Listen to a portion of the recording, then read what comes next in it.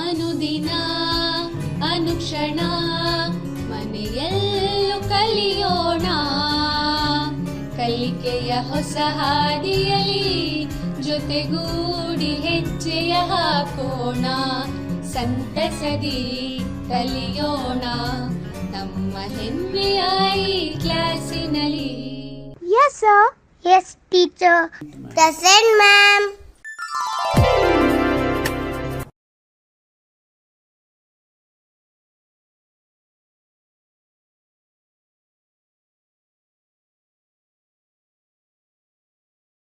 ನಮಸ್ತೆ ಮಕ್ಕಳೇ, ನಮಸ್ತೆ. ಬನ್ನಿ ಬನ್ನಿ ಕೂತ್ಕೊಳ್ಳಿ.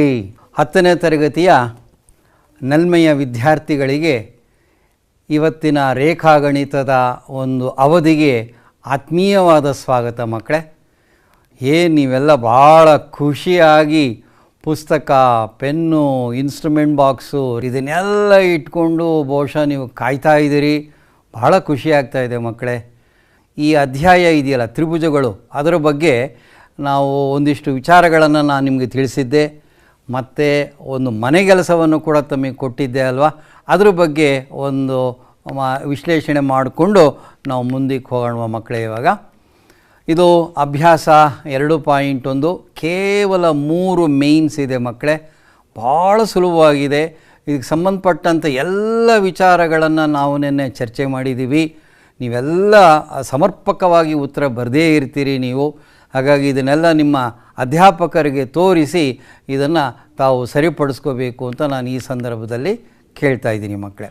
ಆ ಸಮರೂಪ ತ್ರಿಭುಜಗಳಿಗೆ 2 ಗುಣಲಕ್ಷಣಗಳಿದೆಯಲ್ಲ, ಯಾವ್ದು ಜ್ಞಾಪಿಸ್ಕೊಳ್ಳಿ. ಆ ಸಮಕೋನೀಯಗಳಾಗಿದ್ದರೆ ಆಗ ಅವುಗಳು ಏನಾಗಿರುತ್ತೆ, ಆ ಪರಸ್ಪರ ಬಾಹುಗಳು, ಅನುರೂಪ ಬಾಹುಗಳು ಸಮಾನುಪಾತತೆಯಲ್ಲಿ ಇರುತ್ತೆ ಅಂತಲೂ, ಇದರ ವಿಲೋಮವಾಗಿ ಸಮಾನುಪಾತತೆಯಲ್ಲಿದ್ದರೆ ಅವುಗಳು ಸಮಕೋನೀಯಗಳಾಗಿರುತ್ತೆ, ಹಾಗಾಗಿ ಸಮರೂಪಿಗಳಾಗಿರುತ್ತೆ ಅನ್ನೋದನ್ನು ನೋಡಿದ್ವಿ.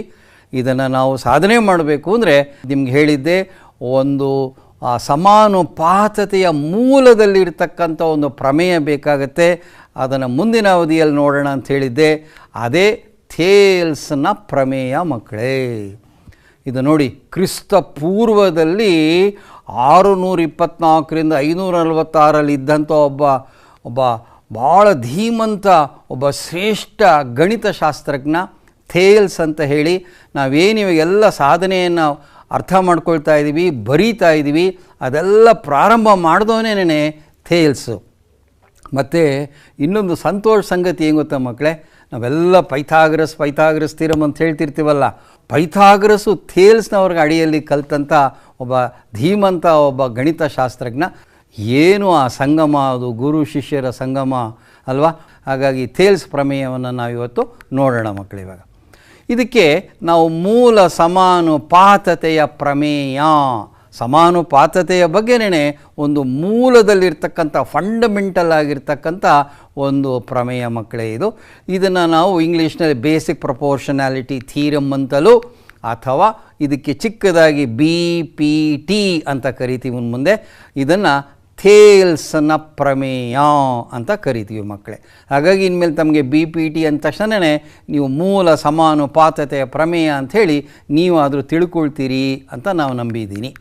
ಹಾಗಾದರೆ ಇದನ್ನು ಹೇಗೆ ಅರ್ಥ ಮಾಡ್ಕೊಳ್ಳೋದು ನೋಡಿ. ಇಲ್ಲಿ ಒಂದು ರೇಖಾಖಂಡ ಬಂತು, ಇದಕ್ಕೆ ನಾವು BC ಅಂತ ಹೆಸರು ಕೊಡೋಣ.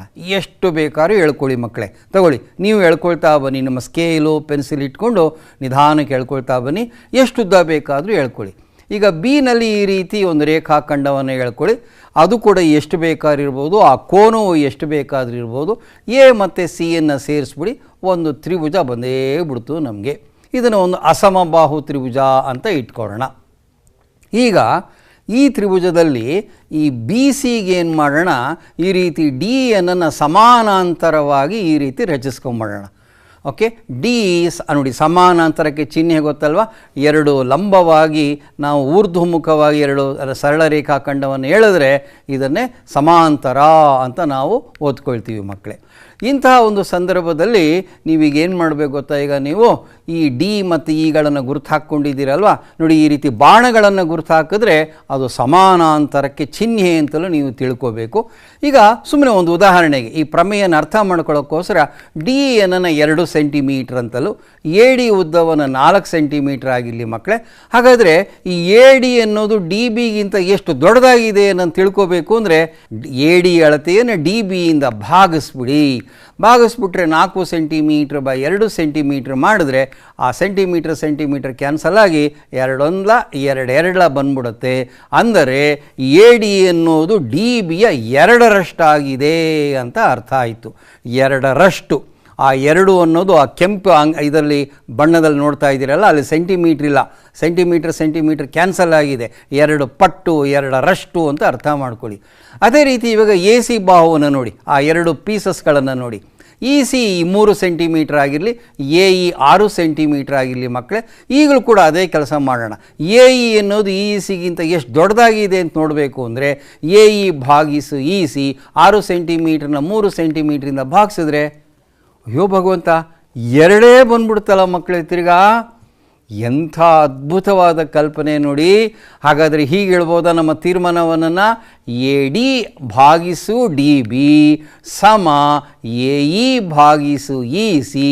ಈ ಸಂದರ್ಭದಲ್ಲಿ 2 ಅನುಪಾತಗಳು 2 ಆಗಿದೆ ಅನ್ನೋದನ್ನು ತಿಳ್ಕೊಂಡ್ವಿ. ಹಾಗಾದರೆ ನೀವು ನೋಡಬೇಕು, ಆ ಡಿ ಇ ಅನ್ನೋದು ಬಿ ಸಿಗೆ ಸಮಾನಾಂತರವಾಗಿದ್ದರೆ ಆ ಎ ಡಿ ಮತ್ತು ಡಿ ಬಿ ಯಾವ ಅನುಪಾತದಲ್ಲಿರುತ್ತೆ, ಎ ಇ ಮತ್ತು ಇ ಸಿ ಕೂಡ ಅದೇ ಅನುಪಾತದಲ್ಲಿರುತ್ತೆ ನೋಡಿ ಮಕ್ಕಳೇ. ಈ ಸಂದರ್ಭದಲ್ಲಿ ಮಾತ್ರ 2 ಪಟ್ಟು 2ರಷ್ಟು ಅಂತ ಬರ್ತಾ ಇದೆ. ಹಾಗಾದರೆ ಇನ್ನೊಂದು ಉದಾಹರಣೆ ನೋಡಿ ಮಕ್ಕಳೇ. ತ್ರಿಭುಜ ಎ ಬಿ ಸಿ, ಇಲ್ಲಿ ಅಳತೆಗಳನ್ನೆಲ್ಲ ಕೊಟ್ಬಿಟ್ಟಿದ್ದೀವಿ, A D D B A E ಸಿನ. ಈಗಲೂ ಕೂಡ ನಾವು ಒಂದು ಕೆಲಸ ಮಾಡೋಣ, ಎ ಡಿನ ಡಿ ಬಿಯಿಂದ ಭಾಗ ಮಾಡೋಣ.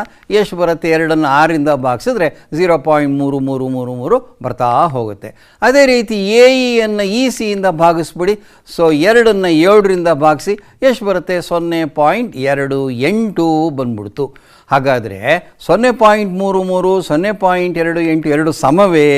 2 ಅಸಮವಾಗಿರೋದ್ರಿಂದ A D by D B is not equal to ಅಸಮ A E by E C ಅಂತ ಹೇಳ್ಬೋದು. ಹೌದಾ? ಆದ್ದರಿಂದ ನಾವು ಏನು ತೀರ್ಮಾನ ತಗೋಬೋದು ನೋಡಿ ಮಕ್ಕಳೇ, ಆ ಈಕ್ವಲ್ಸ್ ಹಾಕ್ಬಿಟ್ಟು ಬಾಣದ ಗುರುತು ಹಾಕಿದ್ರೆ ದಿಸ್ ಇಂಪ್ಲೈಸ್ ದಟ್, ಇದರ ಪರಿಣಾಮವಾಗಿ ಅಂತ ನೀವಾದರೂ ಓದ್ಕೊಳ್ಳಿ. ಡಿ ಏನಾಗಿದೆಯಪ್ಪ ಅಂದರೆ ಈ ಬಿ ಸಿಗೆ ಸಮಾನಾಂತರವಾಗಿಲ್ಲ. ಸೊ ಸಮಾನಾಂತರವಾಗಿಲ್ಲದೆ ಇದ್ದರೆ ಆ 2 ಅನುಪಾತಗಳು ಸಮ ಆಗಿರೋದಿಲ್ಲ. ಸೊ ಸಮ ಆಗಿರಬೇಕು ಅಂದರೆ ಆ ಡಿ ಅನ್ನೋದು ಹೇಗಿರಬೇಕು? ಬಿ ಸಿಗೆ ಸಮಾನಾಂತರವಾಗಿರಬೇಕು ಅನ್ನೋದನ್ನು ನಾವು ನೋಡಿದ್ವಿ.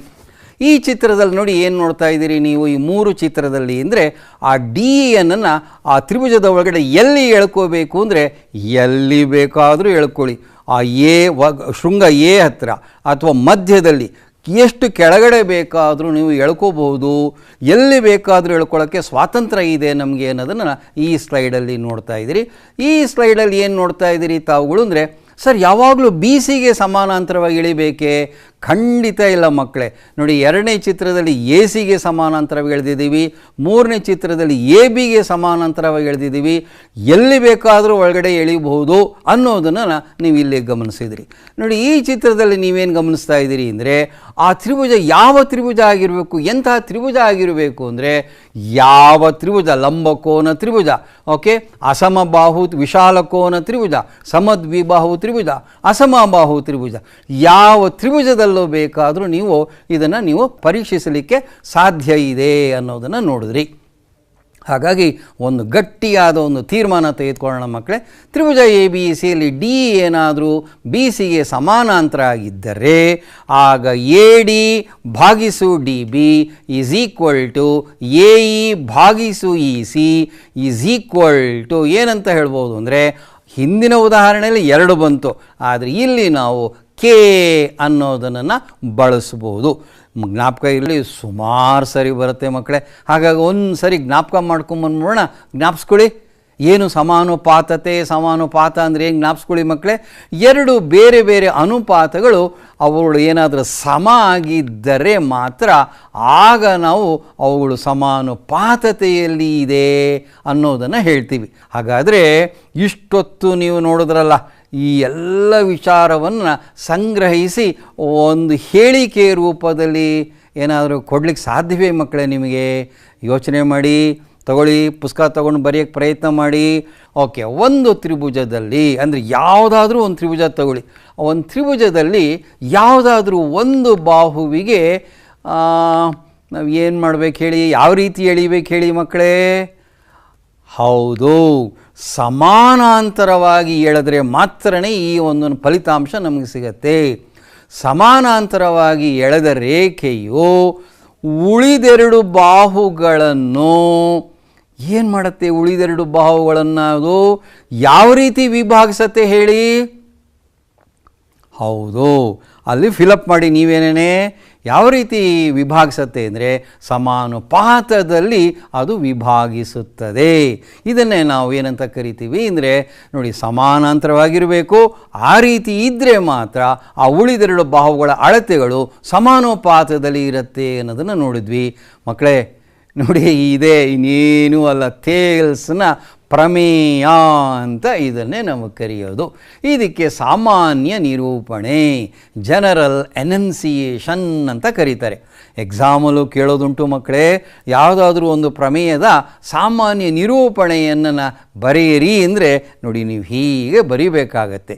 ಹಾಗಾದರೆ ನಾವು ಇದನ್ನು ಸಾಧಿಸಕ್ಕೆ ಹೋಗ್ತಾ ಇದ್ದೀವಿ. ಫಸ್ಟ್ ಏನು ಮಾಡಬೇಕು? ದತ್ತವನ್ನು ಬರಿಬೇಕು. ಅದಕ್ಕೆ ಮುಂಚೆ ಚಿತ್ರವನ್ನು ಹಾಕ್ಕೋಬೇಕು. ನಾವು ಹಾಕ್ಕೊಂಡಿದ್ದೀರ ಚಿತ್ರವನ್ನು? ಯಾವ ರೀತಿ ತ್ರಿಭುಜ ಹಾಕ್ಕೊಂಡಿದ್ದೀರಿ ಮಕ್ಕಳೇ?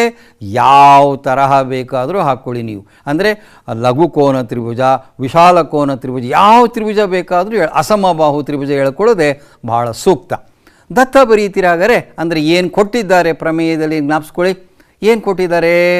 ಇಲ್ಲಿ ತ್ರಿಭುಜ ಎ ಬಿ ಸಿಯಲ್ಲಿ ಆ ಡಿ ಅಂತಕ್ಕಂಥದ್ದು ಹೇಗಿರಬೇಕು? ಬಿ ಸಿಗೆ ಸಮಾನಾಂತರವಾಗಿರಬೇಕು. ತಗೊಳ್ಳಿ, ನೀವು ಹೇಳ್ಕೊಳ್ಳಿ ಈ ರೀತಿ. ಇದಕ್ಕೆ ಡಿ, ಇದಕ್ಕೆ ಬಾಣಗಳನ್ನು ಗುರುತು ಹಾಕ್ಬಿಡಿ ಮಕ್ಕಳೇ. ಹಾಕ್ಬಿಟ್ರೆ ಅದು ಸಮಾನಾಂತರ ಅಂತ ಅರ್ಥ ಬಂದ್ಬಿಡುತ್ತೆ. ಒಂದಕ್ಕೆ ಡಿ ಅಂತ ಕೊಡಿ, ಆ ಎ ಸಿಯಲ್ಲಿ ಛೇದಿಸ್ತಾ ಇದೆ, ಅದಕ್ಕೆ ಇ ಅಂತ ಹೆಸರು ಕೊಟ್ಬಿಡಿ. ನೋಡಿ, ಪ್ರಮೇಯವನ್ನು ನೋಡ್ಕೊಂಬನ್ನಿ. ಇನ್ನೇನಾದರೂ ಬರಿಬೇಕಾ? ಇನ್ನೇನಾದರೂ ಬಿಟ್ಟಿದ್ದೀವ? ಏನೂ ಇಲ್ಲ ಮಕ್ಕಳೇ, ಇಲ್ಲಿಗೆ ದತ್ತ ಮುಗೀತು. ಹಾಗಾದರೆ ನೆಕ್ಸ್ಟ್ ಏನು ಬರೀಬೇಕು ಅಂದರೆ ಸಾಧನೀಯವನ್ನು ನಾವು ಬರೀಬೇಕು. ಏನಂತ ಸಾಧಿಸ್ಬೇಕು ನಾವು? ಎ ಡಿ ಅಳತೆಯನ್ನು ಡಿ ಬಿ ಅಳತೆಯಿಂದ ಭಾಗಿಸಿದರೆ ಅದು ಯಾವುದಕ್ಕೆ ಸಮ ಆಗಿರುತ್ತೆ? ಎ ಇ ಭಾಗಿಸು ಇ ಸಿಗೆ ಸಮ ಆಗಿರುತ್ತೆ ಅಂತ ಸಾಧಿಸ್ತೀವಿ. ಹಾಗಾದರೆ ನೋಡಿ, ಇದನ್ನು ಮಾಡಲಿಕ್ಕೆ ಕೆಲವು ರಚನೆಗಳನ್ನು ಮಾಡಬೇಕಾಗಿದೆ ಮಕ್ಕಳೇ. ಯಾವ್ದು ರಚನೆ ಮಾಡಬೇಕು, ಯಾವುದನ್ನು ಸೇರಿಸಬೇಕು, ಇದನ್ನು ನಾವೀಗ ನೋಡ್ತಾ ಹೋಗೋಣ. ಓಕೆ, ಯಾವ ರಚನೆಯನ್ನು ಮಾಡಬೇಕು ಅಂದರೆ ನೋಡಿ, ಅದೇ ಚಿತ್ರವನ್ನು ಇಲ್ಲಿ ಕಾಪಿ ಮಾಡ್ಕೊಂಡು ತೋರಿಸ್ತಾ ಇದ್ದೀವಿ. ಫಸ್ಟು ಬಿ ಮತ್ತು ಇಯನ್ನು ಸೇರಿಸ್ಕೊಳ್ಳಿ, ಸಿ ಮತ್ತು ಇ ಡಿಗಳನ್ನು ಕೂಡ ಸೇರಿಸ್ಕೊಂಬಿಡಿ. ಆದಷ್ಟು ಈ ರೀತಿ ಒಡೆದ ಒಂದು ರೇಖಾಖಂಡದಲ್ಲಿ ನೀವು ತೋರಿಸಿ ಬ್ರೋಕನ್ ಲೈನಿಂದ ತೋರಿಸಿದ್ರೆ ಅದು ನಾವು ರಚನೆ ಮಾಡಿದ್ದೀವಿ, ಅದು ಪ್ರಮೇಯದಲ್ಲಿ ಎಲ್ಲೂ ಕೊಟ್ಟಿಲ್ಲ ಅನ್ನೋದನ್ನು ನೀವು ಆದರೂ ತಿಳ್ಕೊಳ್ಳಿ. ಸೊ ಬಿ ಮತ್ತು ಸಿ ಡಿಯನ್ನು ಸೇರಿಸ್ಕೊಳ್ಳಿ. ಯಾಕೆ ಸೇರಿಸ್ಕೊಂಡ್ವಿ? ಸ್ವಲ್ಪ ಯೋಚನೆ ಮಾಡ್ತಾಯಿರಿ ಮಕ್ಕಳು. ಹಾಗೇನೆ ಇದರಿಂದ ಏನು ಅನುಕೂಲ ಆಗುತ್ತೆ ನಮಗೆ ಅನ್ನೋದನ್ನು ತಾವು ಗಮನಿಸ್ತಾ ಇರಿ. ಇಷ್ಟೇನ ರಚನೆ? ಇನ್ನೇನಾರು ಮಾಡಬೇಕಾ? ಹೌದು, ಇನ್ನೂ ಮಾಡಬೇಕು ಮಕ್ಕಳೇ. ನೋಡಿ, ಡಿ ಇಂದ ಎ ಸಿಗೆ ಒಂದು ಲಂಬ ರೇಖೆಯನ್ನು ಎಳಿಬೇಕಂತೆ. ಅದೇ ರೀತಿ ಈ ಬಿಂದುವಿನಿಂದ ಎ ಬಿಗೆ ಈ ರೀತಿ ಒಂದು ಲಂಬ ರೇಖೆಯನ್ನು ಎಳ್ಕೋಬೇಕಂತೆ. ಇಷ್ಟು ಮಾಡಬೇಕು ನೋಡಿ, 4 ಕೆಲಸಗಳನ್ನು ಮಾಡಬೇಕಾಗಿದೆ. ಇದನ್ನಿಟ್ಕೊಂಡು ನಾವೀಗ ಸಾಧನೆಯನ್ನು ಮಾಡ್ತಾ ಹೋಗೋಣ ಇವಾಗ. ಬಟ್ ಸಾಧನೆ ಮಾಡೋದಕ್ಕೆ ಮಕ್ಕಳೇ 3 ಪೂರ್ವಾಪೇಕ್ಷಿತಗಳಿದೆ. ಇದು ಇಲ್ಲ ಅಂತಂದರೆ ತಿಳ್ಕೊಳ್ದರೆ 8, 9ನೇ ಕ್ಲಾಸಲ್ಲಿ ಕಲ್ತದ್ದು ನಮಗೆ ಜ್ಞಾಪಿಸ್ಕೊಳ್ಳದೇ ಇದ್ದರೆ ಇದನ್ನು ನಾವು ಸಾಧಿಸೋಕ್ಕಾಗೋದೇ ಇಲ್ಲ ಮಕ್ಕಳೇ. ಇದನ್ನು ಪ್ರೀ ರಿಕ್ವಿಸಿಟ್ಸ್ ಅಂತ ಕರಿತೀವಿ. 3 ಬೇಕಾಗಿದೆ. ಮೊದಲನೇದು ಯಾವುದಪ್ಪ ಅಂದರೆ ತ್ರಿಭುಜದ ವಿಸ್ತೀರ್ಣ. ನೋಡಿ, ಈ ತ್ರಿಭುಜದ ವಿಸ್ತೀರ್ಣ ಹೇಳಿ. ಪಾದವನ್ನು B1 ಅಂತ ಇಟ್ಕೊಂಡಿದ್ದೀವಿ, ಆ ಲಂಬವನ್ನು H1 ಅಂತ ಇಟ್ಕೊಂಡ್ರೆ ಇದರ ವಿಸ್ತೀರ್ಣ 12 × B1 × H1 ಆಯಿತು. ಯಾವಾಗಲೂ ಪಾದಕ್ಕೆ ಈ ಬೇಸ್ಗೆ ಇದನ್ನೇ ಇಟ್ಕೋಬೇಕಾ ಮಕ್ಕಳೇ? ಏನೂ ಇಲ್ಲ. ಯಾವ ಬಾಹುವನ್ನು ಬೇಕಾದರೂ ನೀವು ಆ ಪಾದವನ್ನಾಗಿ ತೆಗೆದುಕೊಂಡ್ರೆ ಪಾದಕ್ಕೆ ಎದುರಾಗಿರುವ ಶೃಂಗದಿಂದ ಲಂಬವನ್ನು ಎಳಿಬೇಕಷ್ಟೇನೆ. ಸೊ ನೋಡಿ, ಈ ಥರ ಯಾವ ಬಾಹುವನ್ನು ತೆಗೆದುಕೊಂಡು ಎಳೆದ್ರೂ ಕೂಡ ಅವೆಲ್ಲ ಏನಾಗಿರುತ್ತೆ, ಪರಸ್ಪರ ಸಮ ಆಗಿದ್ದೇ ಇರುತ್ತೆ. ಸೊ ನಮಗೆ ಸ್ವಾತಂತ್ರ್ಯ ಇದೆ, ಯಾವ ತ್ರಿಭುಜದಲ್ಲಿ ಯಾವ ಬಾಹುವನ್ನು ಬೇಕಾದ್ರೂ ಪಾದವಾಗಿ ತೆಗೆದುಕೋಬೇಕು. ಹಾಗಾದರೆ ಎರಡನೇ ಒಂದು ಪ್ರೀ ರಿಕ್ವಿಸಿಟ್ಸ್ ಏನಪ್ಪ ಅಂತಂದರೆ, ಏಕಪಾದ ಹಾಗೂ ಒಂದು ಜೊತೆ ಸಮಾಂತರ ರೇಖೆಗಳ ನಡುವೆ ನಿಂತಿರುವ ತ್ರಿಭುಜಗಳ ವಿಸ್ತೀರ್ಣಗಳು ಸಮವಾಗಿರುತ್ತೆ ಅನ್ನೋದನ್ನು ಕೂಡ ಜ್ಞಾಪಿಸ್ಕೊಳ್ಳಿ. ನೋಡಿ, ಇದು ಲೈನ್ ನಂಬರ್ 1, ಇದು ಲೈನ್ ನಂಬರ್ 2 ಅಂತ ಬರ್ತಾ ಇದೆ. ಇಲ್ಲಿ ಈ ಥರ ಬಾಣಗಳನ್ನು ಹಾಕ್ತಾ ಇದ್ವಿ, ಅಂದರೆ ಸಮಾಂತರವಾಗಿದೆ ಅಂತ ತಿಳ್ಕೊಳ್ಳಿ. ಈಗ ಇದಕ್ಕೆ ಎ ಅಂತ ಹೆಸರು ಕೊಡಿ, ಇದಕ್ಕೆ ಬಿ. ಸೊ ಇದಕ್ಕೆ ತ್ರಿಭುಜ ಎ ಬಿ ಸಿ ಆಯಿತು ಮಕ್ಕಳೇ. ಎ ಬಿ ಸಿ ತ್ರಿಭುಜದ ವಿಸ್ತೀರ್ಣ ಕಂಡು ಹಿಡ್ಕೊಂಬಿಡಿ. ಅರ್ಧ ಇಂಟು ಪಾದ ಇಂಟು ಎತ್ತರ, ಪಾದ ಬಿ ಸಿ ಮಾಡಿಕೊಂಡ್ರೆ ಎ ಇಂದ ಲಂಬವನ್ನು ಎಳ್ಕೊಂಡ್ರೆ ವಿಸ್ತೀರ್ಣ ಸಿಗತ್ತೆ. ಈಗ ಈ ರೀತಿ ಮತ್ತೊಂದು ಬಿಂದುವನ್ನು ಡಿ ತೆಗೆದುಕೊಳ್ಳಿ. ಈಗ ತ್ರಿಭುಜ ಡಿ ಬಿ ಸಿ ಬಂತು. ಇದರ ವಿಸ್ತೀರ್ಣ ಕಂಡಿಡಿರಿ. ಇದರ ವಿಸ್ತೀರ್ಣವು ಎ ಬಿ ಸಿ ವಿಸ್ತೀರ್ಣಕ್ಕೆ ಸಮ ಆಗಿರುತ್ತೆ. ಯಾಕೆ ಅಂದರೆ ಎರಡಕ್ಕೂ ಪಾದ ಒಂದೇ ಇದೆ, ಎತ್ತರವೂ ಒಂದೇ ಇರೋದ್ರಿಂದ ಇವುಗಳ ವಿಸ್ತೀರ್ಣಗಳು ಸಮ ಆಯಿತು. ಇದನ್ನು ನೀವು ಕಲ್ತಿದ್ದೀರಾ. ದಯಮಾಡಿ ಇದನ್ನು ಜ್ಞಾಪಿಸಿಕೊಳ್ಳಿ ಮಕ್ಕಳೇ. ಕಡೆಯದು ಮಕ್ಕಳೇ, ಇನ್ನೊಂದೇ ಒಂದು ಪ್ರೀ ರಿಕ್ವಿಸಿಟ್ ಬೇಕು. ಸ್ವಯಂ ಸಿದ್ಧ 9ನೇ ಕ್ಲಾಸಿನ ಪಾಠ ಜ್ಞಾಪಿಸಿಕೊಳ್ಳಿ. ಒಂದೇ ಅಂಶಕ್ಕೆ ಸಮನಾಗಿರುವ ಅಂಶಗಳು ಒಂದಕ್ಕೊಂದು ಸಮ ಅನ್ನೋದನ್ನು ಜ್ಞಾಪಿಸ್ಕೊಳ್ಳಿ. ಇದನ್ನು ಹೀಗೆ ಹೇಳ್ಬೋದಾ ಮಕ್ಕಳೇ, if A is equal to B ಮತ್ತು B is equal to C ಅಕಸ್ಮಾತ್ ಏನಾದರೂ ಆದರೆ ಆಗ ಏನಂತ ಹೇಳ್ಬೋದು, ಎ ಮತ್ತು ಸಿ ಸಮ ಆಗಿರುತ್ತೆ ಅಂತ ನಾವು ಹೇಳ್ತೀವಿ. ಈ ಮೂರನ್ನು ಬಳಸ್ಕೊಂಡು ನಾವೀಗ ಒಂದೊಂದೇ ಮಾಡ್ತಾ ಹೋಗೋಣ. ನೋಡಿ, ಸಾಧನೆಯನ್ನು ಎಷ್ಟು ಬೇಕೋ ಅಷ್ಟನ್ನೇ ರಚನೆಯನ್ನು ಇಟ್ಕೊಂಡು ಮಾಡ್ತಾ ಇದ್ದೀವಿ. ಈಗ ತಾನೇ ಅರ್ಥ ಮಾಡ್ಕೊಂಡ್ವಿ, ತ್ರಿಭುಜದ ವಿಸ್ತೀರ್ಣ ಅರ್ಧ ಇಂಟು ಪಾದ ಇಂಟು ಎತ್ತರ ಅಂತ. ಈಗ ತ್ರಿಭುಜ ಎ ಡಿ ಇ ನೋಡಿ ಮಕ್ಕಳೇ, ಮೇಲ್ಗಡೆ ಕಾಣಿಸ್ತಾ ಇದೆಯಲ್ಲ, ಅದರ ವಿಸ್ತೀರ್ಣಕ್ಕೆ ಈಗ ಎ ಡಿ ಎನ್ನು ಪಾದವಾಗಿ ತೆಗೆದುಕೊಂಬೋಣ. ನಿಮ್ಗೆ ಐಡಿಯಾ ಬರ್ತಾ ಇದೆ ಅಂತ ಕಾಣುತ್ತೆ. ಎ ಡಿ ಡಿ ಇ ಯಾವುದು ಬೇಕಾದರೂ ತಗೋಬೋದು. ಎ ಡಿನೇ ಯಾಕೆ ತೆಗೆದುಕೊಳ್ತಾ ಇದ್ದಾರೆ ಥೇಲ್ಸ್ ಅವರು ಅಂದರೆ, ನಮಗೆ ಎ ಡಿ ಭಾಗಿಸು ಡಿ ಬಿ ಬೇಕಾಗಿರೋದ್ರಿಂದ ನಾವು ಎ ಡಿ ಎನ್ನು ಪಾದ ಮಾಡಿಕೊಂಡ್ರೆ ಆಗ ಇ ಎನ್ ಅನ್ನೋದು ನಮಗೆ ಎತ್ತರ ಆಗುತ್ತೆ. ಇದನ್ನೆಲ್ಲ ಗುಣಿಸ್ಬಿಟ್ರೆ ತ್ರಿಭುಜ ಎ ಡಿ ವಿಸ್ತೀರ್ಣ ಬಂತು. ಅದೇ ರೀತಿ ತ್ರಿಭುಜ ಬಿ ಡಿ ವಿಸ್ತೀರ್ಣ ನೋಡಿ, ಬಿ ಡಿ ನೋಡ್ತಾ ಇದ್ದೀರಲ್ವ.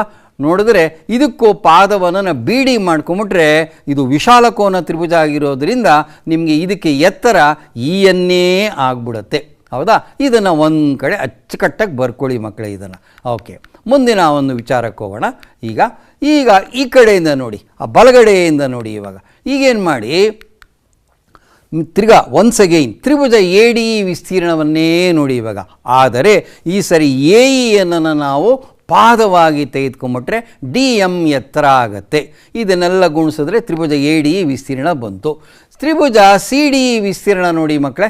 ತ್ರಿಭುಜ ಈ ಸಿ ಡಿ ವಿಸ್ತೀರ್ಣ ಏನಾಗಿದೆ, ಅರ್ಧ ಇಂಟು ಇ ಸಿ ಇಂಟು ಇದಕ್ಕೂ ಕೂಡ ಡಿ ಎಮ್ ಎತ್ತರ ಆಗಿರುತ್ತೆ. ಇದನ್ನು ಒಂದು ಕಡೆ ಬರೆದಿಟ್ಕೊಂಬಿಡಿ. ಹಾಗಾದರೆ ನಾವು ಒಂದು ಕೆಲಸ ಮಾಡೋಣ, ಎರಡನ್ನು ಪಕ್ಕದಲ್ಲೇ ಬರ್ಕೊಂಡು ಈ ರೀತಿ ನೋಡ್ಕೊಂಬಂದ್ಬಿಡೋಣ. ನೋಡಿ, ಎರಡನ್ನು ಕಂಪೇರ್ ಮಾಡ್ಕೊಳ್ಳಿ. ಒಂದೇ ಸ್ಲೈಡಲ್ಲಿ ನೋಡ್ತಾ ಇದ್ದೀರಿ, ಹೌದಾ? ನೋಡಿ, ಇದರಲ್ಲಿ ಎಡಗಡೆ ನಮಗೆ ಎ ಡಿ ಸಿಗುತ್ತೆ, ಅದರ ಕೆಳಗೆ ಡಿ ಬಿ ಏನು ಅಂತ ಅರ್ಥ ಆಗ್ತಾ ಇದೆ. ಬಲಭಾಗದಲ್ಲಿ ಎ ಇ ಮತ್ತು ಇ ಸಿ ಕೂಡ ಸಿಕ್ಕಿದೆ. ಇದನ್ನು ಹೆಂಗೆ ಹೊರಗಡೆ ತೆಗೆದುಕೊಂಬರೋದು ಅಂದರೆ ಇಷ್ಟೇ ಮಕ್ಕಳೇ. ಹೀಗೆ ಮಾಡೋಣ. ಇವಾಗ ಇವೆರಡರ ವಿಸ್ತೀರ್ಣವನ್ನು ನಾವು ಒಂದರಿಂದ ಇನ್ನೊಂದು ಭಾಗಿಸ್ಬಿಟ್ರೆ ತ್ರಿಭುಜ ಎ ಡಿ ಭಾಗಿಸು ತ್ರಿಭುಜ ಬಿ ಡಿ ಇ ಮಾಡಿದರೆ ಈಗ ನೋಡಿ, ಇದನ್ನೆಲ್ಲ ಹಾಕ್ಕೊಂಡು ಇ ಎನ್ ಕ್ಯಾನ್ಸಲ್ ಮಾಡಿಕೊಂಡು ಅರ್ಧ ಕ್ಯಾನ್ಸಲ್ ಮಾಡಿದ್ರೆ ವಾ, ನಮಗೆ A D by D B ಸಿಕ್ಕೇ ಬಿಡ್ತು. ಹೌದಾ? So A D by D B ಏನು ಹೇಳಿ ಅರ್ಥ ಮಾಡ್ಕೊಳ್ಳಿ. ಎಡಗಡೆ ಇದೆ ನೋಡಿ ಸಮೀಕರಣ, ಈ ತ್ರಿಭುಜ ಎ ಡಿ ಅದನ್ನು ತ್ರಿಭುಜ ಬಿ ಡಿಯಿಂದ ಭಾಗಿಸಿದ್ರೆ ಅದು ಎ ಡಿ ಬೈ ಡಿ ಬಿಗೆ ಸಮ ಆಯಿತು. ಅದೇ ರೀತಿ ಇಲ್ಲೂ ಕೂಡ ಬಲಭಾಗದಲ್ಲೂ ಕೂಡ ಅದೇ ರೀತಿ ನಾವೆಲ್ಲ ಸಿಂಪ್ಲಿಫೈ ಮಾಡಿದರೆ ನೋಡಿ, ಇಲ್ಲಿ A E by E C ಸಿಕ್ಬಿಡ್ತಲ್ಲ ಮಕ್ಕಳೇ. ಸೊ ನಮ್ಗೆ ಏನು ಬೇಕೋ ಆ ರೀತಿಯೇ ನಾವು ವರ್ಕ್ ಮಾಡ್ತಾ ಬಂದ್ವಿ ನಾವು. ಹಾಗಾದರೆ ಇದೊಂದು ಸರಿ ಆ ರಿಸಲ್ಟ್ಸನ್ನು ಕೊನೆಯ ಸ್ಟೆಪ್ಸನ್ನು ಮಾತ್ರ ಕಂಪೇರ್ ಮಾಡ್ತಾ ಇದ್ದೀವಿ. ಓಕೆ, ನೋಡಿ, ಎರಡರಲ್ಲೂ ತ್ರಿಭುಜ ಎ ಡಿ ಇದೆ, ಅಲ್ಲೂ ತ್ರಿಭುಜ ಎ ಡಿ ಇದೆ. ಇಲ್ಲಿ ಛೇದದಲ್ಲಿ ತ್ರಿಭುಜ ಬಿ ಡಿ ಇದೆ, ತ್ರಿಭುಜ ಸಿ ಡಿ ಇದೆ. ಈಗೇನು ಮಾಡೋಣ ಅಂದರೆ ಈ ತ್ರಿಭುಜಗಳನ್ನು ನೋಡಿ, ಬಿ ಡಿ ಇ ಮತ್ತು ಸಿ ಇ ಡಿ ತ್ರಿಭುಜಗಳನ್ನು ನೋಡಿ, ಇವುಗಳನ್ನು ಗಮನಿಸಿದರೆ ನಿಮಗೆ ಅರ್ಥ ಆಗುತ್ತೆ ಇವೆರಡೂ ಈ ವಿಸ್ತೀರ್ಣಗಳಲ್ಲಿ ಸಮ ಆಗಿದೆ. ಕಾರಣ ಏನಪ್ಪ ಅಂತ ಯೋಚನೆ ಮಾಡಿದ್ರೆ ಏಕಪಾದ ಡಿ ಇ ಮತ್ತು ಒಂದು ಜೊತೆ ಸಮಾಂತರ ರೇಖೆಗಳಾದ ಡಿ ಮತ್ತು ಬಿ ಸಿಗಳ ನಡುವೆ ನಿಂತಿರೋದ್ರಿಂದ ಅವುಗಳ ವಿಸ್ತೀರ್ಣಗಳು ಸಮ ಆಗೋಯಿತು. ಹಾಗಾಗಿ ಈ ಪ್ರಮೇಯವನ್ನು ಆಗಲೇ ಜ್ಞಾಪಿಸ್ಕೊಂಡಿದ್ವಿ. ಇನ್ನೊಂದು ಸರಿ ತಾವು ಇದನ್ನು ಪುನರಾವರ್ತಿಸೆ ಮಾಡ್ತಾ ಇದ್ದೀರಿ. ಓಕೆ, ನೋಡಿ ಅದನ್ನು ಶೇಡ್ ಕೂಡ ಮಾಡಿ ತೋರಿಸ್ತಾ ಇದ್ದೀವಿ. ನೋಡಿ ತ್ರಿಭುಜ ಬಿ ಡಿ ಎಲ್ಲಿದೆ ನೋಡಿ, ತ್ರಿಭುಜ ಸಿ ಡಿ ಎಲ್ಲಿದೆ ನೋಡಿ, ಇವೆರಡು ಕೂಡ ವಿಸ್ತೀರ್ಣದಲ್ಲಿ ಸಮ. ಕಾರಣ ನಿಮಗೆ ಗೊತ್ತೇ ಇದೆ, ಮತ್ತೊಂದು ಸಾರಿ ನಿಮ್ಮ ಗಮನಕ್ಕೆ ತರ್ತಾ ಇದ್ದೀವಿ. ಹಾಗಾದರೆ ನಮ್ಗೆ ಇಷ್ಟೊತ್ತು ಬಂದಂಥ ರಿಸಲ್ಟ್ಸ್ ನೋಡಿ ಮಕ್ಕಳು ಏನಾಯಿತು ಅಂತ. So A D by D ಬಿನೂ ಸಿಕ್ಕಿದೆ, ಎ ಇ ಬೈ ಇ ಸಿನೂ ಸಿಕ್ಕಿದೆ. ಎರಡು ಕಡೆ ಅಂಶಗಳನ್ನು ನೋಡಿ, ಎಡಭಾಗದಲ್ಲಿ ತ್ರಿಭುಜ ಎ ಡಿ ಇ, ತ್ರಿಭುಜ ಎ ಡಿ, ಛೇದ ತ್ರಿಭುಜ ಬಿ ಡಿ ಇದೆ, ಜಸ್ಟ್ ತ್ರಿಭುಜ ಸಿ ಡಿ ಇದೆ ಅಷ್ಟೇ. ಅವೆರಡು ಸಮ ಅಂತೆಲ್ಲ ಗೊತ್ತಾಗಿರೋದ್ರಿಂದ ನಾವು ಇದರ ಪರಿಣಾಮವಾಗಿ ಏನು ಹೇಳ್ಬೋದಪ್ಪ ಅಂದರೆ A D divided by D B is equal to A E divided by E C ಅಂಥೇಳಿ ನಾವು ಸಾಧಿಸಿದ ಸಾಧನೆಯನ್ನು ಈ ರೀತಿಯಾಗಿ ಮಾಡ್ಕೋಬೋದು ಮಕ್ಕಳೇ. ಹೌದಾ? ಸೊ ಹಾಗಾದರೆ ಈಗ ಒಂದು ಸರಿ ಎಲ್ಲವನ್ನು ಒಂದೇ ಸ್ಲೈಡಲ್ಲಿ ನೋಡ್ಕೊಂಬಂದ್ಬೋಣ ಮಕ್ಕಳೇ. ಈಗ ಬಿಡಿಬಿಡಿಯಾಗಿ ನೋಡಿದ್ರಿ, ಅದನ್ನೇ ನಾನು ನಿಮಗೆ ಒಂದೇ ಸ್ಲೈಡಲ್ಲಿ ಎಲ್ಲ ಮುಂದಿಡ್ತಾ ಇದ್ದೀನಿ ಅಂತ ಮುಂದೆ. ಇದರಲ್ಲಿ ದತ್ತರ ಸಾಧನೆಯ ರಚನೆಯನ್ನು ಮಾತ್ರ ನೋಡ್ಲಿಕ್ಕೆ ಸಾಧ್ಯ, ಸಾಧನೆ ಇಲ್ಲಿ ಬರೀಲಿಕ್ಕೆ ಆಗ್ತಾ ಇಲ್ಲ. ಒಂದು ಸರಿ ಎಲ್ಲ ಈ ರೀತಿ ನೀವು ಬರ್ಕೊಂಬಿಡಿ. ರಚನೆ ಮಾಡ್ತಾ ಇದ್ದೀವಿ, ರಚನೆಗಳೆಲ್ಲ ಆಯಿತು. ಈಗ ಮುಂದಿನ ಸ್ಲೈಡಲ್ಲಿ ನಿಮಗೆ ಸಾಧನೆ ಕಾಣಿಸ್ತಾ ಇದೆ, ನೋಡ್ಕೊಳ್ಳಿ. ಹೌದಾ? So that is the proof for this theorem ಅಂತ ಹೇಳ್ಬೋದು. ಹೌದಾ? ಹಾಗಾದರೆ ಈಗ ಮುಂದಿನ ಒಂದು ವಿಚಾರ ನೋಡೋಣ. ಓಕೆ, ಏನು? ತ್ರಿಭುಜ ಎ ಬಿ ಸಿಯಲ್ಲಿ ಡಿ ಸಮಾಂತರ ಬಿ ಸಿ ಆಗಿದೆ. A D divided by D B is equal to A E divided by E C ಆಗಿದೆ. ಈಗ ತ್ರಿಭುಜದ ಒಳಗಡೆನೇ ಡಿನ ಎಳ್ಕೋಬೇಕಾ ಅಂತ ಒಂದು ಪ್ರಶ್ನೆ ಮಾಡಿದರೆ ಖಂಡಿತ ಇಲ್ಲ ಮಕ್ಕಳೇ. ಬಿ ಸಿಯ ಕೆಳಗಡೆ ಕೂಡ ನಾವು ಈ ರೀತಿ ಡಿಯನ್ನು ಎಳ್ಕೋಬೋದು, ಆದರೆ ಎ ಬಿಯನ್ನು ಎ ಸಿಯನ್ನು ವೃದ್ಧಿಸಬೇಕಾಗತ್ತೆ. ನೋಡಿ, ಈ ಮೂರನೇ ಚಿತ್ರದಲ್ಲಿ ನೀವೇನು ನೋಡ್ತಾ ಇದ್ದೀರಾ ಅಂದರೆ ಆ ಬಿ ಸಿಗೆ ಸಮಾನಾಂತರವಾಗಿ ಡಿಯನ್ನು ಮೇಲ್ಭಾಗದಲ್ಲೂ ಕೂಡ ರಚಿಸ್ಕೋಬಹುದು. ಅಂದರೆ ತ್ರಿಭುಜದ ಒಳಗಡೆನೇ ಅನ್ನೋದು ಥೇಲ್ಸ್ ಪ್ರಮೇಯದಲ್ಲಿ ಎಲ್ಲೂ ಹೇಳಿಲ್ಲ, ಒಳಗಡೆನೇ ಎಲ್ಲಿ ಬೇಕಾದರೂ ಹೇಳ್ಕೋಬೋದು. ಅಷ್ಟೇ ಇಲ್ಲ, ತ್ರಿಭುಜದ ಹೊರಗಡೆ ಕೂಡ ಹೇಳ್ಕೋಬೇಕು ಅವಕಾಶ ಇದೆ. ಆದರೆ ಆ ಸಂದರ್ಭದಲ್ಲಿ ಆಯಾ ಬಾಹುಗಳನ್ನು ನಾವು ವಿಸ್ತರಿಸಿದಾಗ ನಮಗೆ ಇ ಮತ್ತು ಡಿ ಸಿಗತ್ತೆ. ನಂತರದಲ್ಲಿ ನೀವು ಇದೇ ಪ್ರಮೇಯವನ್ನು ಹಾಕಬೇಕು. ಮಕ್ಕಳೇ, ನೀವು ಜಾಣ ಮಕ್ಕಳಲ್ವ ನೀವು? ಹಾಗಾದರೆ ಥೇಲ್ಸ್ ಪ್ರಮೇಯವನ್ನು ಬರಿಬೇಕಾದ್ರೆ ಈ ಮೂರೂ ಚಿತ್ರಗಳನ್ನು ಬರೆದು ಸಾಧನೆಯನ್ನು ಅಭ್ಯಾಸ ಮಾಡಿ. ಆಗ ಇದೊಂದು ಸಂಪೂರ್ಣ ಆಗ್ಬಿಡುತ್ತಲ್ವ ಮಕ್ಕಳೇ. ಈ ರೀತಿ ಮಾಡಿ ಅಂತ ಹೇಳ್ತಾ ನಾನು ನಿಮಗೆ ಥೇಲ್ಸ್ ಪ್ರಮೇಯದ ವಿಲೋಮಕ್ಕೆ ಹೋಗ್ತಾ ಇದ್ದೀನಿ ಮಕ್ಕಳೇ. ವಿಲೋಮ ಅಂದರೆ ಗೊತ್ತಲ್ವಾ? ನಮ್ಮ ಬ್ರಿಡ್ಜ್ ಕೋರ್ಸ್ ಕ್ಲಾಸಲ್ಲಿ ಇದೆಲ್ಲ ನಿಮಗೆ ತಿಳಿಸ್ಕೊಟ್ಟಿದ್ದೀವಿ. ಒಂದು ಪ್ರಮೇಯದ ದತ್ತವನ್ನು ಸಾಧನೀಯವನ್ನಾಗಿ ಮಾಡಿ ಹಾಗೂ ಸಾಧನೀಯವನ್ನನ್ನು ದತ್ತವನ್ನಾಗಿ ಮಾಡಿದಾಗ ಉಂಟಾಗುವ ಮತ್ತೊಂದು ಪ್ರಮೇಯಕ್ಕೆ ವಿಲೋಮ ಪ್ರಮೇಯ ಎಂದು ಹೆಸರು. ಹೌದಾ? ಹಾಗಾದರೆ ಥೇಲ್ಸ್ ಪ್ರಮೇಯದ ವಿಲೋಮವನ್ನು ಹೀಗೆ ಹೇಳ್ಬೋದಾ ಮಕ್ಕಳೇ? ಒಂದು ತ್ರಿಭುಜದಲ್ಲಿ ಒಂದು ಸರಳ ರೇಖೆಯು ಎರಡು ಬಾಹುಗಳನ್ನು ಸಮಾನುಪಾತದಲ್ಲಿ ಏನಾದರೂ ವಿಭಾಗಿಸ್ಬಿಟ್ರೆ ಆಗ ಆ ಸರಳ ರೇಖೆ ಹೇಗಿರುತ್ತಪ್ಪ ಅಂದರೆ ಆ ಮೂರನೇ ರೇಖೆಗೆ ಸಮಾನಾಂತರ ಆಗಿರಲೇಬೇಕು, ಇದ್ದೇ ಇರುತ್ತೆ. ಸಮಾನಾಂತರವಾಗಿದ್ದರೆ ಸಮಾನುಪಾತದಲ್ಲಿರುತ್ತೆ, ಸಮಾನುಪಾತದಲ್ಲಿ ವಿಭಾಗಿಸಿದರೆ ಅದು ಸಮಾಂತರವಾಗೇ ಇರುತ್ತೆ ಅನ್ನೋದು ಕೂಡ ಥೇಲ್ಸ್ ಪ್ರಮೇಯದ ವಿಲೋಮ. ಇದಕ್ಕೂ ನಾವು ಅಷ್ಟೇ ವಿವರಣೆಯನ್ನು ನಾವು ಕೊಡಬೇಕಾಗತ್ತೆ, ಸಾಧನೆಯನ್ನು ಕೊಡಬೇಕಾಗತ್ತೆ. ನೀವು ದಯಮಾಡಿ ಇವುಗಳನ್ನೆಲ್ಲ ಯೋಚನೆ ಮಾಡಿ ನಿಮ್ಮ ಅಧ್ಯಾಪಕರ ಹತ್ರ ಇದನ್ನೆಲ್ಲ ಚರ್ಚೆ ಮಾಡಿ ಮಕ್ಕಳೇ. ಹಾಗಾದರೆ ಆ ವಿಲೋಮಕ್ಕೆ ದತ್ತ ಮತ್ತು ಸಾಧನೀಯವನ್ನು ಮಾತ್ರ ತಾವಿಲ್ಲಿ ನೋಡ್ತಾ ಇದ್ದೀರಿ. ನೋಡಿ, ಎ ಡಿ ಭಾಗಿಸು D B is equal to A E ಭಾಗಿಸಿ ಇ ಸಿ ಆಗಿದ್ದರೆ ಆಗ ಡಿ ಹೇಗಿರುತ್ತೆ ಅಂದರೆ ಬಿ ಸಿಗೆ ಸಮಾನಾಂತರ ಆಗಿರುತ್ತೆ ಅನ್ನೋದನ್ನು ದತ್ತ ಸಾಧನೀಯವಾಗಿ ಈ ರೀತಿಯಾಗಿ ನಾವು ಬರ್ಕೋಬಹುದು. ಹಾಗಾದರೆ ನಾವೀಗ ಅಭ್ಯಾಸ 2.2ರಲ್ಲಿ ಒಂದು ಲೆಕ್ಕ ಮಾಡ್ಕೊಂಬಂದ್ಬೋಣ ಮಕ್ಕಳೇ. ಮೊದಲನೇ ಲೆಕ್ಕವನ್ನೇ ನಾವು ಈ ರೀತಿ ಅರ್ಥ ಮಾಡ್ಕೊಳ್ಳೋಣ. ನೋಡಿ, ಮೊದಲನೇ ಸಬ್ ಡಿವಿಷನ್ ಇದು ಒಂದು. ಈ ತ್ರಿಭುಜ ಎ ಬಿ ಸಿಯಲ್ಲಿ ಏನೇನು ಅಳತೆ ಕೊಟ್ಟಿದ್ದಾರೆ ನೋಡಿ. ಡಿ ಅನ್ನೋದು ಬಿ ಸಿಗೆ ಸಮಾನಾಂತರವಾಗಿದೆ ಅಂತ ತೆಗೆದುಕೊಂಬಿಡಿ. ತೆಗೆದುಕೊಂಡು ಈ ಅಳತೆಗಳನ್ನೆಲ್ಲ ನೋಡ್ಕೊಂಬನ್ನಿ ಮಕ್ಕಳೇ. 3 ರೇಖಾಖಂಡದ ಅಳತೆ ಕೊಟ್ಟಿದ್ದಾರೆ. ECಯನ್ನು ಮಾತ್ರ ಕಂಡಿಡೀರಿ ಅಂತ ಹೇಳ್ತಾ ಇದ್ದಾರೆ. ಇದಕ್ಕಿಂತ ಅತ್ಯಂತ ಸುಲಭವಾದ ಲೆಕ್ಕ ಈ ಜಗತ್ತಲ್ಲಿ ಸಿಗತ್ಯಾ ಮಕ್ಕಳೇ? ನಮ್ಗೆ ಈಗ ತಾನೇ ತೇಲ್ಸ್ ಪ್ರಮೇಯ ಅರ್ಥ ಮಾಡ್ಕೊಂಡಿದ್ದೀವಿ. ಹಾಗಾದರೆ ನೀವೇನು ಮಾಡಬೇಕು, ಫಸ್ಟು ಯಾವ್ಯಾವುದು ಸಮಾನಾಂತರ ಅಂತ ಬರ್ಕೊಳ್ಳಿ. ಡಿ ಸಮಾನಾಂತರ ಬಿ ಸಿ ಆಗಿದ್ದರೆ ಆಗ ಆ ಬಿ ಪಿ ಟಿಯನ್ನು ಅಪ್ಲೈ ಮಾಡಿದ್ರೆ AD divided by DB is equal to AE ಭಾಗಿಸು EC ಆಗುತ್ತೆ. ಇದು ಈ ಎಲ್ಲ ಇವನ್ನ ಅಳತೆಗಳನ್ನು ಆದೇಶಿಸಿ ಓರೆ ಗುಣಾಕಾರ ಮಾಡಿಬಿಟ್ರೆ ನಿಮಗೆ ಆ EC ಅಳತೆ 2 ಅಂತ ತಿಳಿದುಬಿಡುತ್ತೆ.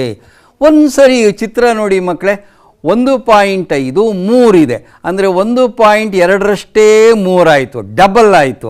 ಹಾಗಾದರೆ AE ಅನ್ನೋದು ಈ AE ಎಷ್ಟಿರುತ್ತೆ ಅದರ ಡಬಲ್ ಏನೇ ECನೂ ಇರಬೇಕು ಅನ್ನೋದ್ರೆ ಅಲ್ಲೇ ನಾವು ಯೋಚನೆ ಮಾಡಿಬಿಡ್ಬೋದಾಗಿತ್ತಲ್ವ. ಆದರೂ ಕೂಡ ನೀವು ಇಷ್ಟೆಲ್ಲ ಬರೀಲೇಬೇಕು ಮಕ್ಕಳೇ. ಆ ರೀತಿ ಮನಸ್ಸಿನಲ್ಲಿ ಮಾಡ್ಕೊಳ್ಳಿ. ಆ ಮೆಂಟಲ್ ಎಬಿಲಿಟಿಯನ್ನು, ಆ ಗಮನಿಸೋ ಶಕ್ತಿಯನ್ನು ನೀವು ಹೆಚ್ಚಿಸ್ಕೊಳ್ಳಿ. ಬಟ್ ಸ್ಟೆಪ್ಸ್ ಎಲ್ಲ ದಯಮಾಡಿ ಇದನ್ನು ಎಕ್ಸಾಮಲ್ಲಿ ನೀವು ಬರೀಲೇಬೇಕಾಗತ್ತೆ ಮಕ್ಕಳೇ.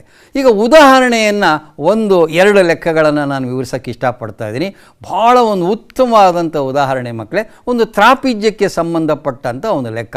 ಇಲ್ಲಿ ನೋಡಿ, ABCD ಒಂದು ತ್ರಾಪಿಜ್ಯವಾಗಿದೆ. ಇದರಲ್ಲಿ ಯಾವುದ್ಯಾವ್ದು ಸಮಾನಾಂತರ ಆಗಿದೆ ಅಂದರೆ AB ಮತ್ತು DC ಸಮಾನಾಂತರವಾಗಿದೆ. ಮತ್ತು ಆ EF ಇದೆಯಲ್ಲ, ಆ ಒಂದು ಪಿಂಕ್ ಕಲರಲ್ಲಿ ನೋಡ್ತಾ ಇದ್ದೀರಲ್ಲ, ಅದು ABಗೂ ಕೂಡ ಸಮಾನಾಂತರವಾಗಿದೆ. ಈ 2 ಅಂಶಗಳನ್ನು ದತ್ತದಲ್ಲಿ ಕೊಟ್ಟಿದ್ದಾರೆ. ಕೊಟ್ಬಿಟ್ಟು ಏನನ್ನು ಸಾಧಿಸು ಅಂತ ಕೇಳ್ತಾ ಇದ್ದಾರೆ ಅಂದರೆ ಆ AE EDಯನ್ನು ನೋಡಿ, BF FCನ ನೋಡಿ, ಅವುಗಳು ಕೂಡ ಸಮಾನುಪಾತತೆಯಲ್ಲಿ ಇರುತ್ತೆ ಅಂತ ತೋರಿಸ್ಬೇಕಂತೆ. ಅಯ್ಯೋ, ತ್ರಿಭುಜನೇ ಇಲ್ವಲ್ಲಪ್ಪ ಇಲ್ಲಿ, ಇದು ಹೆಂಗೆ ಸಾಧನೆ ಮಾಡೋದಿಲ್ಲಿ? ಅಲ್ಲೇನೋ ಸಾಧಿಸ್ಬಿಟ್ವಿ, ತ್ರಿಭುಜ ಎಲ್ಲ ಇತ್ತು ಅಲ್ವಾ, ಮೂಲ ಸಮಾನುಪಾತತೆ ಪ್ರಮೇಯ ತಗೊಂಬಂದ್ಬಿಟ್ವಿ. ಇಲ್ಲಿ ತ್ರಿಭುಜನೇ ಇಲ್ವಲ್ಲ. ಹೌದು, ತ್ರಿಭುಜ ಇಲ್ಲ ನೋಡಿ. ಅದಕ್ಕೊಂದು ರಚನೆ ಮಾಡಿಬಿಟ್ರೆ ನಿಮಗೆ ಆ ಮೂಲ ಸಮಾನುಪಾತತೆಯ ಪ್ರಮೇಯ ಕಾಣಿಸುತ್ತೆ. ಏನು ಮಾಡಬೇಕು ಹೇಳಿ ಮಕ್ಕಳೇ ರಚನೆಯನ್ನು? ಏನು ಮಾಡಿದರೆ BPTಯನ್ನು ಅಪ್ಲೈ ಮಾಡ್ಬೋದು ಅಂದರೆ, ಹೌದು, ಏನು ಮಾಡಬೇಕು ಹೇಳಿ, A ಮತ್ತು Cಗಳನ್ನು ಸೇರಿಸ್ಕೊಂಬಿಡಿ. ಅದು ಆ EF ಅನ್ನು G ಅನ್ನೋ ಒಂದು ಬಿಂದುವಿನಲ್ಲಿ ಛೇದಿಸಲಿ. ಬಂತಲ್ವಾ? 2 ತ್ರಿಭುಜಗಳು ಕಾಣಿಸ್ತಾ ಇದೆ, ಸಮಾನಾಂತರವಾಗಿದೆ. ಬನ್ನಿ ಬನ್ನಿ ಬನ್ನಿ, ಹಾಗಾದರೆ ನಾವು ಇದನ್ನು ಹೆಂಗೆ ಸಾಧನೆ ಮಾಡೋದು ನೀವೇ ಹೇಳಿ ಮಕ್ಕಳೇ. ಮೊದಲನೇ ಹಂತ ಏನು ಹೇಳಿ? ಯಾವ ತ್ರಿಭುಜ ತಗೋತೀರಿ? ಹೌದು, ತ್ರಿಭುಜ ADCಯನ್ನು ತಗೊಳ್ಳಿ.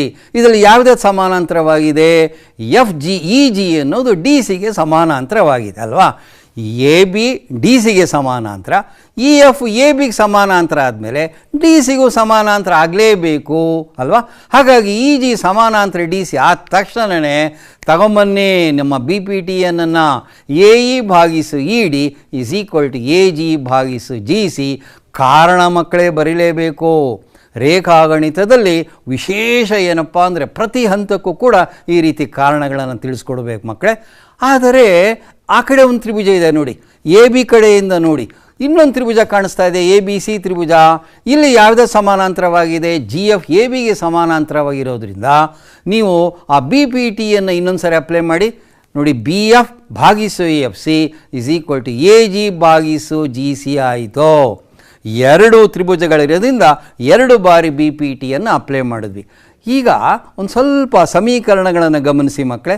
2 ಬಲಭಾಗಗಳನ್ನು ಗಮನಿಸ್ತಾ ಬನ್ನಿ. ಆದ್ದರಿಂದ ನಾವು AE ಭಾಗಿಸು ED is equal to BF ಭಾಗಿಸು FC. ಕಾರಣ ಏನು ಹೇಳಿ? ಸ್ವಯಂ ಸಿದ್ಧ 1 ನೋಡಿ. ಸ್ವಯಂ ಸಿದ್ಧ 1 ನೋಡಬೇಕು ಅಂದರೆ ಆ ಸಮೀಕರಣಗಳ ಬಲಭಾಗಗಳನ್ನು ನೋಡಿ. 2 AG/GCನೇ ಇದೆ. ಎಲ್ಲವೂ AG/GCಯೇ ಸಮವಾಗಿರೋದ್ರಿಂದ ಆ ಎಡಭಾಗಗಳು ಪರಸ್ಪರ ಸಮವಾಯಿತು ಅಂತ ಹೇಳಿ ಇಂಥ ಸುಂದರವಾದಂಥ ಲೆಕ್ಕವನ್ನು ಉದಾಹರಣೆ 2 ಕೊಟ್ಟಿದ್ದಾರೆ ಮಕ್ಕಳೇ. ಎಷ್ಟು ಅಮೋಘವಾಗಿದೆ ಅಲ್ವಾ? ಎಷ್ಟು ಚೆನ್ನಾಗಿ BPTಯನ್ನು ಅಪ್ಲೈ ಮಾಡಿದ್ವಿ. ಇದೆಲ್ಲ ಸಾಧ್ಯ ಆಗಿದ್ದು ಹೇಗೆ? ರಚನೆ ಮಾಡ್ಕೊಂಡ್ವಿ. ರಚನೆ ಮಾಡದೇ ಇದ್ದರೆ ತ್ರಿಭುಜವೇ ಇಲ್ಲ. ಹಾಗಾಗಿ ನೀವು B ಮತ್ತು D ಅನ್ನು ಬೇಕಾದರೂ ಸೇರಿಸ್ಕೊಂಡು ಇನ್ನೊಂದು ಸರಿ ಸಾಧನೆಯನ್ನು ಬರೀರಿ ಮಕ್ಕಳೇ. ನಾನೀಗ ಇನ್ನೊಂದು ಉದಾಹರಣೆ ಹೊರಟೋಗ್ತೀನಿ. ಕಡೆಯದಾಗಿ 3ನೇ ಉದಾಹರಣೆ. ತ್ರಿಭುಜ PQR ಅಲ್ಲಿ ಏನಾಗಿದೆ? PS/SQ is equal to PT/TR ಆಗಿದೆ. ಅಷ್ಟೇ ಅಲ್ಲ ಮಕ್ಕಳೇ, ಇನ್ನೊಂದು ಅಂಶ ಕೋನಗಳನ್ನು ಕೊಟ್ಟಿದ್ದಾರೆ. ಕೋನ PST ನೋಡಿ, ಕೋನ PRQ ನೋಡಿ, ಅವೆರಡು ಸಮ ಅಂತೆ. ಸರಿಯಾಗಿ ಗಮನಿಸಿ, ಕೋನ ಪಿ ಎಸ್ ಟಿ ಮೇಲ್ಗಡೆ ಇದೆ, ಕೋನ ಪಿ ಆರ್ ಕ್ಯೂ ಬಲಭಾಗದಲ್ಲಿದೆ, ಅವೆರಡು ಸಮ ಆಗಿದೆಯಂತೆ. ಇದು ಉದಾಹರಣೆ 3ರಲ್ಲಿ ಸಿಗುತ್ತೆ ನಿಮ್ಮ ಟೆಕ್ಸ್ಟ್ ಬುಕ್ನಲ್ಲಿ. ಹಾಗಾದರೆ ಏನನ್ನು ಸಾಧಿಸಬೇಕು ಅಂತ ಕೇಳಿದ್ರೆ, ಈ ತ್ರಿಭುಜ, ಒಟ್ಟಾರೆ ತ್ರಿಭುಜ ಇದೆಯಲ್ಲ, ಅದು ಒಂದು ಸಮದ್ವಿಬಾಹು ತ್ರಿಭುಜ. ಸಮದ್ವಿಬಾಹು ತ್ರಿಭುಜ ಅಂದರೆ ಎರಡು ಕೋನಗಳು ಸಮ ಅಥವಾ ಎರಡು ಬಾಹುಗಳು ಸಮ ಅಂತ ನಾವೀಗ ಸಾಧಿಸಬೇಕು. ಹೇಗೆ ಮಾಡೋದು ಇವಾಗ ಇದನ್ನು? ತ್ರಿಭುಜ ಏನೋ ಇದೆ, ಬಿ ಪಿ ಟಿಯನ್ನು ಹೆಂಗೆ ಅಪ್ಲೈ ಮಾಡೋದು ಅಂತಂದರೆ ನೋಡಿ ಮಕ್ಕಳೇ, ಇದು P S by S Q is equal to P T by T R. ಯಾಕೆ ಹೇಳಿ ಮಕ್ಕಳೇ? ದತ್ತ ನೋಡ್ಕೊಂಬನ್ನಿ, ಅವರೇ ಕೊಟ್ಟಿದ್ದಾರೆ, ಲೆಕ್ಕದಲ್ಲೇ ಕೊಟ್ಟಿದ್ದಾರೆ ಅಲ್ವಾ? ಹೌದು. ದೇರ್ ಫೋರ್ ತಕ್ಷಣ ನಾವೇನು ಹೇಳ್ಬೋದು ನೋಡಿ, ಎಸ್ ಟಿ ಅನ್ನೋ ರೇಖಾಖಂಡ ಪಿ ಕ್ಯೂ ಆರ್ಗೆ ಸಮಾನಾಂತರವಾಗಿದೆ. ಕಾರಣ ಬೇಕು ನಮಗೆ. ಕಾರಣ ತಿಳಿಸಿ ಮಕ್ಕಳೇ. ಹೌದು, ಏನು ಕಾರಣ ಕೊಡ್ತಾ ಇದ್ದೀರಾ? ಆ ಬಿ ಪಿ ಟಿಯ ವಿಲೋಮವನ್ನು ನೋಡಿದ್ವಲ್ಲ, ಅದರ ಸಹಾಯದಿಂದ. ಸೊ ಎಸ್ ಟಿ ಅನ್ನೋದು ಆ ಪಿ ಕ್ಯೂ ಮತ್ತು ಪಿ ಆರ್ಗಳನ್ನು ಈ ರೀತಿ ಪರಸ್ಪರ ಛೇದಿಸಿದರೆ ಆಗ ಅದು ಏನಾಗಿರಬೇಕು? 3ನೇ ಬಾಹುಗೆ ಸಮಾನಾಂತರವಾಗಿರಲೇಬೇಕಲ್ವ ಮಕ್ಕಳೇ? ಹೌದು. ದೇರ್ ಫೋರ್ ಯಾವಾಗ ಎರಡು ಸಮಾನಾಂತರ ಆಯಿತೋ ನಿಮಗೆ ಅನುರೂಪ ಕೋನಗಳು ಸಮ ಅಂತ ಗೊತ್ತಿಲ್ವೇ? ಕೋನ ಪಿ ಎಸ್ ಟಿ ನೋಡಿ, ಕೋನ ಪಿ ಕ್ಯೂ ಆರ್ ನೋಡಿ, ಅದೆರಡು ಸಮ ಆಗೋಯಿತು. ಕಾರಣ ಅನುರೂಪ ಕೋನಗಳು. ಆದರೆ ದತ್ತದ ಪ್ರಕಾರ ಕೋನ ಪಿ ಎಸ್ ಟಿ ಕೋನ ಪಿ ಆರ್ ಕ್ಯೂಗೆ ಸಮ ಅಂತ ಹೇಳಿದ್ದಾರೆ. ಹಾಗಾದರೆ ಬಲಭಾಗಗಳನ್ನು ಗಮನಿಸಿ, ಎಡಭಾಗಗಳನ್ನು ಗಮನಿಸಿ. ಕೋನ ಪಿ ಎಸ್ ಟಿ ಕೋನ ಪಿ ಎಸ್ ಟಿ ಇರೋದ್ರಿಂದ ಬಲಭಾಗದ ಎರಡು ಕೋನಗಳು ಸಮ ಆಯಿತು. ಕಾರಣ ಸ್ವಯಂ ಸಿದ್ಧ 1 ಅಂತ ಹೇಳ್ಬೋದು. ಹಾಗಾಗಿ ಯಾವಾಗ ಎರಡು ಕೋನಗಳು ಸಮ ಆಗೋಯ್ತೋ ಇದು ಸಮದ್ವಿಬಾಹು ತ್ರಿಭುಜ ಆಗಿರಲೇಬೇಕು ಮಕ್ಕಳೇ. ಇತಿ ಪ್ರಮೇಯ ಅಂತ ತಿಳಿಸ್ಬೋದು. ಹಾಗಾದರೆ ಮಕ್ಕಳೇ, ಇವತ್ತು ನಾವೇನು ಕಲ್ತ್ವಿ ಜ್ಞಾಪಿಸ್ಕೊಳ್ಳಿ. ಅತ್ಯಂತ ಪ್ರಮುಖವಾದಂಥ ಒಂದು ಅವಧಿ ಮಕ್ಕಳೇ ಇದು. ಕಾರಣ ಮೂಲ ಸಮಾನುಪಾತತೆಯ ಪ್ರಮೇಯವನ್ನು ನಾವು ಅರ್ಥ ಮಾಡ್ಕೊಂಡ್ವಿ, ಅದರ ವಿಲೋಮವನ್ನು ಅರ್ಥ ಮಾಡ್ಕೊಂಡ್ವಿ. ಹಾಗಾದರೆ ಮನೆ ಕೆಲಸವನ್ನು ಮಾಡ್ತಿರಲ್ವ? ನೋಡಿ, 2 ಉದಾಹರಣೆಗಳು ಕೊಟ್ಟಿದ್ದಾರೆ. ನಾನು ಎರಡನ್ನೂ ತಮ್ಮ ಮುಂದೆ ಮಾಡಿ ತೋರಿಸಿದ್ದೀನಿ. ಇನ್ನೊಂದು ಸರಿ ಬರೀರಿ. ಅಭ್ಯಾಸ 2.10 ಲೆಕ್ಕಗಳಿದೆ ಮಕ್ಕಳೇ, ಅದರಲ್ಲಿ ಒಂದನ್ನು ಮಾಡಿ ತೋರಿಸಿದ್ದೀನಿ. ಅವೆಲ್ಲವನ್ನು ಕೂಡ ತಾವು ಮಾಡಿ ಚೆನ್ನಾಗಿ ಅರ್ಥ ಮಾಡಿಕೊಂಡು ನಿಮ್ಮ ಅಧ್ಯಾಪಕರುಗಳಿಗೆ ತೋರಿಸಿ, ನಾವು ಮುಂದಿನ ತರಗತಿಯಲ್ಲಿ ಇದರ ಉಪಪ್ರಮೇಯಗಳಿದೆ ಮತ್ತು ಮತ್ತೊಂದು ಮುಖ್ಯವಾದ ಕೋ ಅನ್ನೋ ಒಂದು ಪ್ರಮೇಯ ಇದೆ. ಅವುಗಳನ್ನು ತಮಗೆ ತಿಳಿಸ್ಕೊಡ್ತೀನಿ. ಅಭಿನಂದನೆಗಳು ಮತ್ತು ನಮಸ್ಕಾರಗಳನ್ನು ನಾನು ನಿಮಗೆ ತಿಳಿಸ್ತಾ ಇದ್ದೀನಿ ಮಕ್ಕಳೇ. ನಮಸ್ಕಾರ.